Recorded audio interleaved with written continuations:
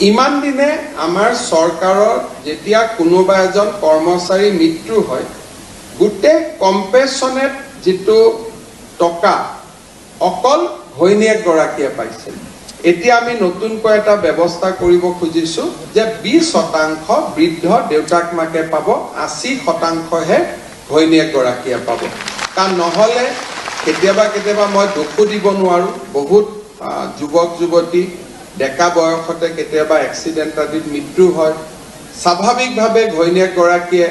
কৰবাত বিবাহ পাশত আবদ্ধ হয় এটো কোনো বেয়া কথা নহয় আমি তাক ভাল বুলিয়ে কওঁ কিন্তু যেতিয়া ছোৱালীজনী বেলেগ এটা পৰিয়ালত গুচি যায় বৃদ্ধ দেউতাক মাকৰ মৃত লৰাজনৰ দেউতাক মাকৰ খুব কষ্ট হয় আমি অসম চৰকাৰত কি কৰো কম্পেনচনেট এপইন্টমেন্ট আমি বন্ধ কৰিছো কিন্তু এজন ব্যক্তিৰ চাকৰিৰ সময়ত মৃত্যু হলে চাকৰি থকা কাল ছোৱালৈকে আমি গোটেই দৰমহা দি থাকো কিন্তু দৰমহাটো কাক দিও ঘৈণীয়েক গৰাকীক দিও এইবাৰৰ পৰা আমি নিয়ম কৰিছো যে 80% দৰমহা আমি ঘৈণীয়েক গৰাকীক দিম আৰু 20% দৰমহা আমি দেউতাক মাকক আমি দিম যাতে খুব ধুনিয়াকৈ দেউতাক মাকেও এটা ভাল জীৱন লৈ থাকিব পাৰে আৰু ছোৱালী গৰাকীৰো যাতে মংগল হয় আমাৰ আজি নিযুক্তি প্ৰক্ৰিয়াত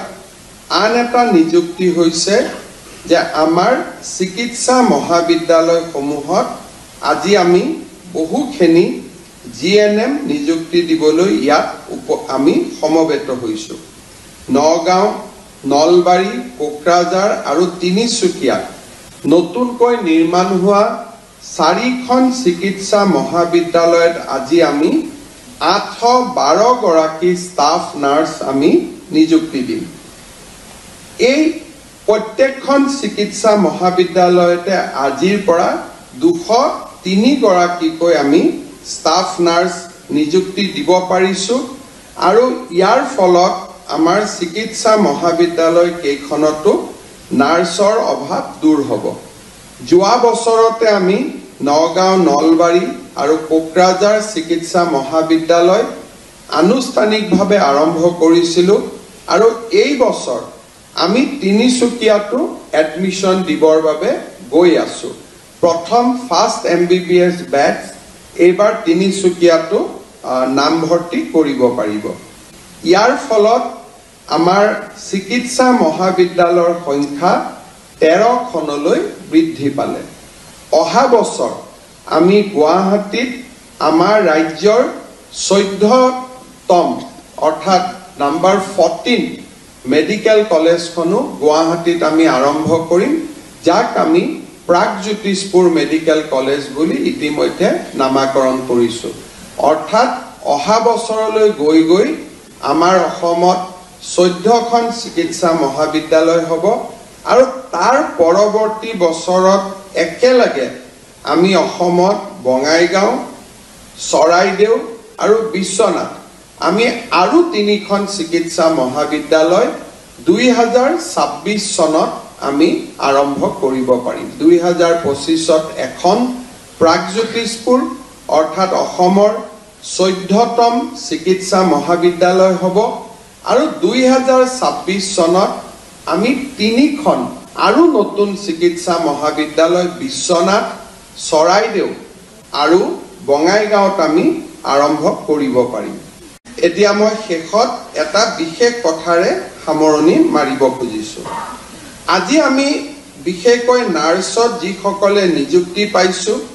কিছুমানে নগাঁৱত পাইছো কিছুমানে নলবাৰীত পাইছো কিছুমানে কোকৰাঝাৰত পাইছো কিছুমানে তিনিচুকীয়াত পাইছো যদি উজনি অসমৰ ছোৱালী এগৰাকীয়ে নলবাৰীত নিযুক্তি পাইছে সদায় মনটোত লাগি থাকিব যে মোক ট্ৰান্সফাৰ লাগে এতিয়া আমাৰ অসুবিধাটো ক'ত মই নলবাৰীৰ পৰা আপোনাক তিনিচুকীয়ালৈকে পঠাই দিলো কিন্তু তিনিচুকীয়াৰ পৰা যদি নলবাৰীলৈকে কোনোবা এগৰাকী নাহে ৰাতি ৱাৰ্ডৰ ডিউটিটো কোনে কৰিব লগৰ ছোৱালী এজনীটো কৰিব নোৱাৰে পিছদিনাখন অতীত কাম কোনে কৰিব ৱাৰ্ডত কোনে যাব আমাৰ অসমত আটাইতকৈ ডাঙৰ কথাটো হ'ল যে সকলোৱে নিজৰটো ভাবিব যে মই যদি ডিব্ৰুগড় তিনিচুকীয়া যাব পাৰো বা ডিব্ৰুগড় তিনিচুকীয়া থকা ছোৱালীজনী নলবাৰীত আহিব পাৰে আমি ভাবো যে আমাৰ কামটো হৈ গল চৰকাৰেও আনিব খোজে চৰকাৰৰো কোনো আপত্তি নাথাকে কিন্তু কোনোবা এগৰাকী যদি তাত নাযায় আমি মেডিকেল কলেজখন কেনেকে চলাম আজি ইয়াত আমাৰ মেডিকেল কলেজৰ প্ৰিন্সিপাল সকল বহি আছে সুপাৰিনটেণ্ডেণ্ট সকল বহি আছে এগৰাকী নাৰ্ছ ট্ৰান্সফাৰ হৈ গলেও এগৰাকী ডক্টৰ উইদাউট ৰিপ্লেসমেন্ট ট্ৰান্সফাৰ হৈ গলেও তেওঁলোকৰ বহুত কষ্ট হয় হস্পিটালখন চলাব নোৱাৰা হৈ যায় সেই কাৰণে মই গোটেই ছোৱালীসকলক অনুৰোধ কৰিম যে অসম চৰকাৰে নতুন এটা ব্যৱস্থা আৰম্ভ কৰিছে 2 অক্টোবৰৰ পৰা আৰম্ভ কৰিম অৱশ্যে নতুন আজি চাকৰি পোৱা সকলৰ কাৰণে এটো খোলা নাথাকিব এবছৰ পিছৰ এই ব্যৱস্থাটো আমি লব পাৰিম যে কোনোবাই যদি কৰবাত যাব খোজে দুইজনী ছোৱালীৰ মাজত কথা পাতি লওক তিনিচুকীয়াৰ পৰা কোকৰাঝাৰত অহা গৰাকী কোকৰাঝাৰৰ পৰা তিনিচুকীয়াত অহা গৰাকী পোৰ্টেল এটা থাকিব পোৰ্টেলত দুইখন এপ্লিকেশন উঠাই দিয়ক ট্ৰান্সফাৰ অৰ্ডাৰ নিজে নিজে কম্পিউটাৰৰ পৰা ওলাই যাব কোনো মানুহৰ তাতো যাব নালাগে কিন্তু যদি কি একপক্ষীয় হয় যে মই যাব খোজো কিন্তু কোনো মোৰ জায়গাত আহিব নোখোজে তেতিয়ালৈকে পোৰ্টেলটোৱে তেতিয়ালৈকে তাৰ এপ্লিকেশন বিলাক গ্ৰহণ নকৰিব তাৰ কাৰণে আমাৰ 800 ছোৱালী বা আৰু 3000 ছোৱালীয়ে কাম কৰি আছে নিজৰ মতে মেডিকেল কলেজখিনি সজাই লওক আমাৰ কোনো আপত্তি নাই কাৰণ আমি এটা ভাবি নিযুক্তি দিছো আমাৰ নিযুক্তিটো ভুলো হ'ব পাৰে নলবাৰী ছোৱালী নলবাৰী এড্ৰেছ চাই দিছো কিজানি ডিব্ৰুগড়ত লৰা এটাৰ লগত বিয়া হ'ব কালি পৰহিত তেখেত ডিব্ৰুগড়ত যাব লাগিব গতিকে আমি মানুহৰ এড্ৰেছ বিলাকটো আজি যেটো দিছো এইটোৱে নাথাকে আমি সদায় চেষ্টা কৰো যে যদি এই ৰিক্ৰুটমেন্টতে আপোনালোকে চাব যে তিনিচুকীয়াৰ ফালৰ যিমানে এড্ৰেছ দিছে আমি তিনিচুকীয়াতে দিব যত্ন কৰিছো কিন্তু যদি তিনিচুকীয়াৰ পৰা আৰু বেছি ছোৱালী পাস কৰিছে লখিমপুৰ ধেমাজিৰ পৰা আৰু ছোৱালী পাস কৰিছে তাইকটো আমি নগাঁৱত দিব লাগিব যদি নগাঁৱত বহুত ছোৱালী পাস কৰিছে তাইক আমি নলবাৰীত দিব লাগিব সেই কাৰণে নিজৰ ভিতৰতে আপোনালোকে এই হিসাব নিকাছটো মিলাই ললে আমাৰ কোনো অসুবিধা নহয় বুলে দুজনৰ লগত মিলিব নোৱাৰি তিনিজনৰ চেইন এটা কৰিলে মিলাব পাৰি তাতো আমাৰ আপত্তি নাই যে কোনোবাই ধেমাজি কোনোবাই লখিমপুৰৰ পৰা নলবাৰীত যাব নলবাৰীৰ পৰা কোনোবাই ধুবুৰীত যাব ধুবুৰীৰ পৰা কোনোবাই তিনিচুকীয়াত যাব মুঠৰ ওপৰত আমাৰো ক্ষতি হ'ব নালাগে আপোনালোকৰো ক্ষতি হ'ব নালাগে আমাৰ মানে কোন মোৰ নহয়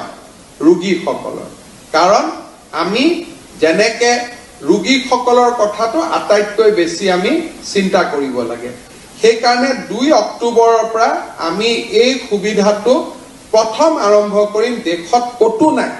কৰ্মচাৰীক ইমান সুবিধা কৰি দিয়া চৰকাৰ দেশত কতোৱে নাই চাকৰিও বিনা পইচাত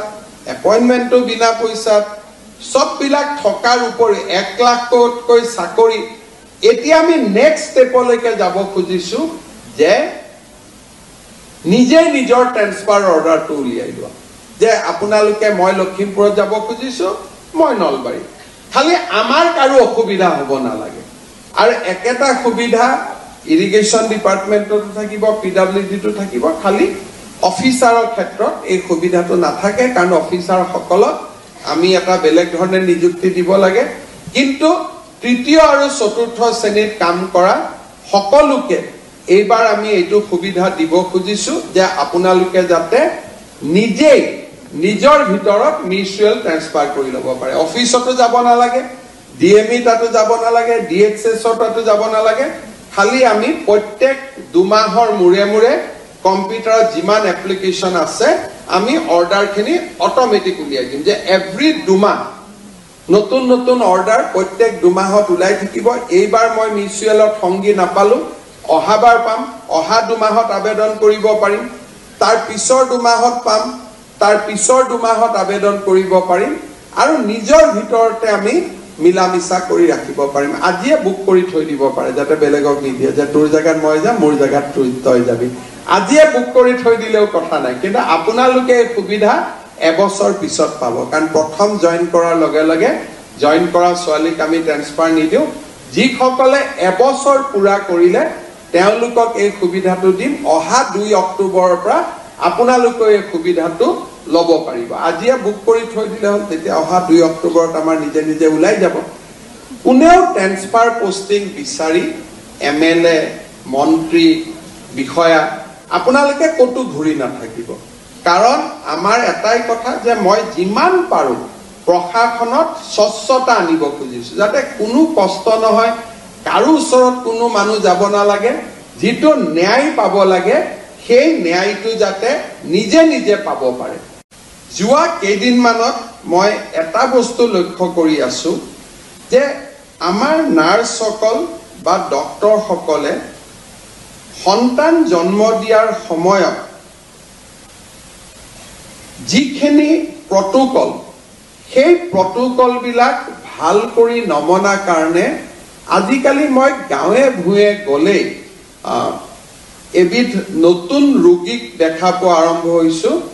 কি বুলি কয় PH বিলাক আমাৰ যে জন্ম হ'লে চেলিব্ৰেল পালচি।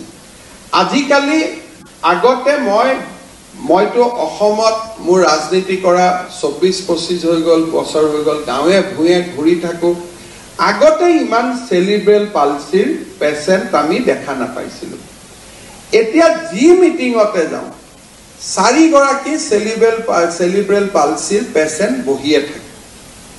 দেখিলে মনটো বেয়া লাগে। আৰু আমি সকলোৱে জানো যে চেলিব্ৰেল পালচি হোৱাৰ মূল কাৰণটো হ'ল যে জন্মৰ সময়ত হোৱা একোটা ভুল সিদ্ধান্ত। বাচ্চা ভিতৰত আছে, আমি ইনষ্ট্ৰুমেণ্টেদি টানি পেলাই বাচ্চাটোক জন্ম কৰাইছোঁ, ইনষ্ট্ৰুমেণ্টটোৱে মূৰত আঘাত কৰিছে, তাৰ ইমিডিয়েট ৰিজন হ'ল চেলিব্ৰেল পালচি। সন্তানটো আমি মাৰ গৰ্ভৰ পৰা উলিয়াই আনিছোঁ, নাৰ্ছগৰাকীয়ে যেনেকৈ ধৰিব লাগে তাত নধৰি মূৰত বেছি প্ৰেছাৰ দি দিছোঁ, বাচ্চাটোৰ কি হৈছে? চেলিব্ৰেল পালচি হৈছে। বহুত ৰিজনৰ ভিতৰত মই ভাবোঁ যে জন্ম দিয়াৰ সময়ত খুব সূক্ষ্মভাৱে মৰম কৰি যি ধৰণে আমি জন্ম দিয়াব লাগে তেনেধৰণে আমি জন্মত সহায় কৰিব নোৱাৰাৰ কাৰণে দ্ৰুত গতিত আজি আমাৰ অসমত চেলিব্ৰেল পালচিৰ পেচেণ্ট বাঢ়ি গৈ আছে। ল'ৰা ছোৱালীবিলাকক দেখিলে মনটো একেবাৰে বেয়া হৈ যায়। ইমানে তেওঁলোক কষ্টত থাকে, মাক বাপেকৰ কাৰণে আৰু কষ্ট বেছি, না ধৰিব নাই এৰিব। সন্তানটোক ধৰি ৰাখিব নোৱাৰে, খৰচ আছে, ফিজিঅ'থেৰাপি কৰিব লাগে,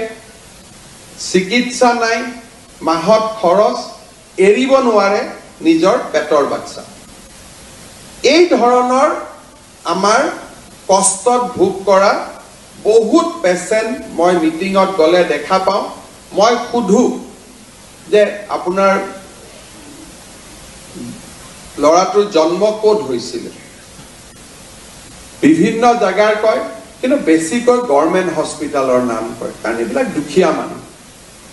গভৰ্ণমেণ্ট হস্পিটালত আমি ইনষ্টিটিউচনেল ডেলিভাৰী বাঢ়িলেই নহ'ব, ইনষ্টিটিউচনেল ডেলিভাৰীৰ লগত আমাৰ কোৱালিটিটো বাঢ়িব লাগে।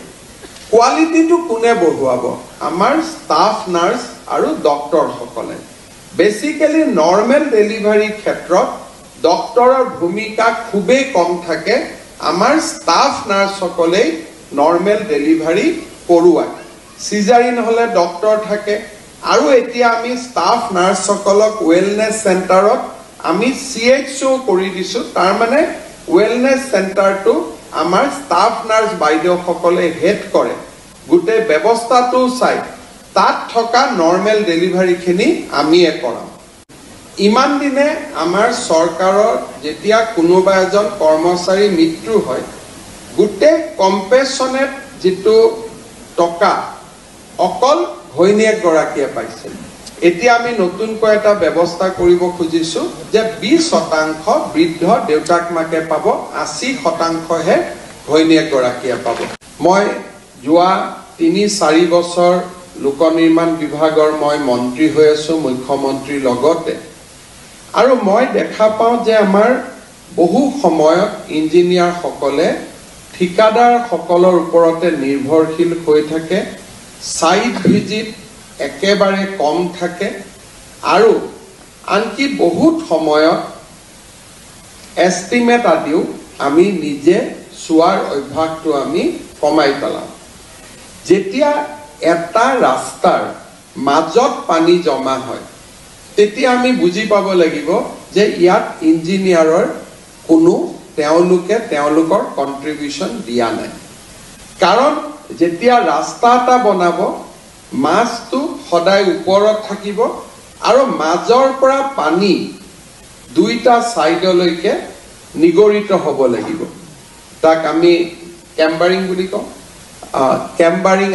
আমাৰ সাবজেক্ট আছে, আমি ভালকৈ পঢ়ো। কিন্তু আপোনালোকে এতিয়া গুৱাহাটীতো যদি ৰাস্তা ঘাটবোৰ চাব যায়, দেখিব যেটো পথ হল হৈছে ৰাস্তাৰ মাজত হৈছে। তাৰ মানে আমি ইয়াতে ঠিকাদাৰসকল আহিছে আৰু তেওঁলোকে যেনেকে ৰাস্তা বনাই দিছে তেনেকে আমি চাইছো, আমি নিজৰ অভিযান্ত্ৰিক যেটো মূল্য সেইটো তাত আমি নিয়োগ কৰা নাই। ঘৰৰ নিৰ্মাণতো আমি দেখা পাওঁ যে বিল্ডিংটো ৰং আদি হৈ থাকে, কিন্তু নিৰ্মাণৰ সময়তে বহুত বিলাক ক্ৰেক আমি দেখা পাওঁ। তাৰ মূল কাৰণটো হ'ল যে আমি নিৰন্তৰ তাত ভিজিট নকৰা কাৰণে কিমান বালি দিছে, কিমান সিমেন্ট দিছে, কিমান পানী মাৰিছে আমি কোনেও নাচাওঁ। শেষত ৰংটো দি দিয়াৰ পিছতেই ভিতৰত গোটেইখিনি কথা সোমাই যায়। উদ্বোধনৰ দিনাখন কোনেও একো গম নাপায়, দুদিন পিছত বিল্ডিং বিলাকত ক্ৰেক ওলাব ধৰে। ইয়াৰ ফলত আমাৰ ক্ষতিটো হয় কি যে এটা ৰাস্তা নিৰ্মাণ কৰোতে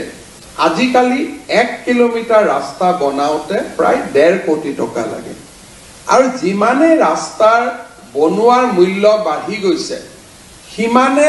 নতুন ৰাস্তা বনোৱাৰ ক্ষমতাটো আমাৰ সীমিত হৈ আহি আছে। কাৰণ এটা ৰাস্তা যদি বনাব 1.5 কোটি টকা লাগে, তেতিয়ালে 100 কোটি টকা খৰচ কৰিও আমি 100 কিলোমিটাৰ ৰাস্তা বনাব নোৱাৰো। ফলত বহুতো গাঁৱৰ মানুহে, চহৰৰ মানুহে পকী ৰাস্তা এটাৰ পৰা বঞ্চিত হৈ থাকিব লাগে। আৰু ভোটৰ ওপৰত দান পৰা দি যদি এবছৰতে সেই ৰাস্তাটো আমি ৰিপেয়াৰিঙত যাব লাগে, তেতিয়াহ'লে আৰু টকা আমি সেই ৰাস্তাটোতে দিব লাগে। মোৰ নিজৰ মনত আছে, মই যেতিয়া হেলথ মিনিষ্টাৰ আছিলো, মাজত 2014-15-16 মই মন্ত্ৰী দায়িত্বত নাছিলো। 17-16 চনত যেতিয়া মই স্বাস্থ্য মন্ত্ৰী হওঁ নতুনকৈ, তেতিয়া মই দেখা পাওঁ যে মোৰ দিনত যিমান বিলাক ভাল কাম আৰম্ভ হৈছিল তাৰ 90% কাম 2 বছৰত নোহোৱা হৈ গৈছিল। এটা ডাঙৰ কাম আছিল স্বচ্ছ নিযুক্তি, কিন্তু সেই সময়ত আনকি নাৰ্ছৰ নিযুক্তিটো মানুহে টকা পইচাৰ ঘটনা কৰিবলগীয়া হৈছিল। স্বচ্ছতা এক প্ৰকাৰ নোহোৱা হৈ গৈছিল। আজি মই পুলিচ CRP লগাই যদি কবাত বাল্য বিবাহ বন্ধ কৰিছো, যিদিনাখন আমিবোৰ নাথাকিম সিদিনাখন মানুহ আকৌ বেক টু স্কোয়াৰ হৈ যাব, য'ত আছিল তালৈকে ঘূৰি আহিব। কিন্তু মানুহৰ মন মগজু আমি যদি এবাৰ সুমুৱাই দিব পাৰো যে বাল্য বিবাহ এটা ভুল কথা, যদি মানুহৰ সাইকোলজিটি সোমাই যায়, তেতিয়া কি জেনাৰেশন টু জেনাৰেশন কি থাকি যায়। আজিৰ জেনাৰেশনে আজি যদি ছোৱালীজনীয়ে ভুলতে সন্তান জন্ম দিলেও দ্বিতীয়টো সন্তান জন্ম দিওতে তেখেতে বহুতবাৰ চিন্তা কৰিব। নিজৰ ভনীয়েকক গৈ পৰামৰ্শ দিব যে কম বয়সত বিয়া পাতিব নালাগে, আৰু ঠিক বয়সত বিয়া পতাও পৰামৰ্শ দিয়াটো আমাৰ আৰু এটা কাম, যাতে এগৰাকী ছোৱালী আটাইতকৈ স্বাস্থ্যৰ ফালৰ পৰা আটাইতকৈ যিটো সময়ত সুস্থ হৈ থাকিব, সেইটো সময়তে যদি সন্তান জন্ম দিয়ে তেতিয়াহ'লে আমাৰ নিগেটিভ কোনো ইম্পেক্ট কৰিব নোৱাৰে। আজি 812 গৰাকী যি ষ্টাফ নাৰ্ছ নিযুক্তি হ'ব,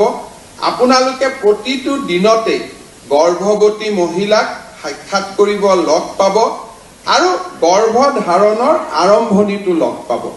আপোনালোকে শিকি অহা কথা বতৰাবিলাক তেখেতসকলক যদি শিকাব পাৰে, তেখেতসকলক বুজাব পাৰে, তেতিয়া আমি অসমত বাল্য বিবাহো আমি ৰোধ কৰিব পাৰিম। সুস্থ সময়ত আমি বিয়া পতাৰ এটা পৰিৱেশ নিৰ্মাণ কৰিব পাৰিম আৰু তেতিয়া আমাৰ মেটাৰনেল মৰ্টেলিটি আৰু ইনফেণ্ট মৰ্টেলিটিও আমাৰ বহু পৰিমাণে কমি যাব।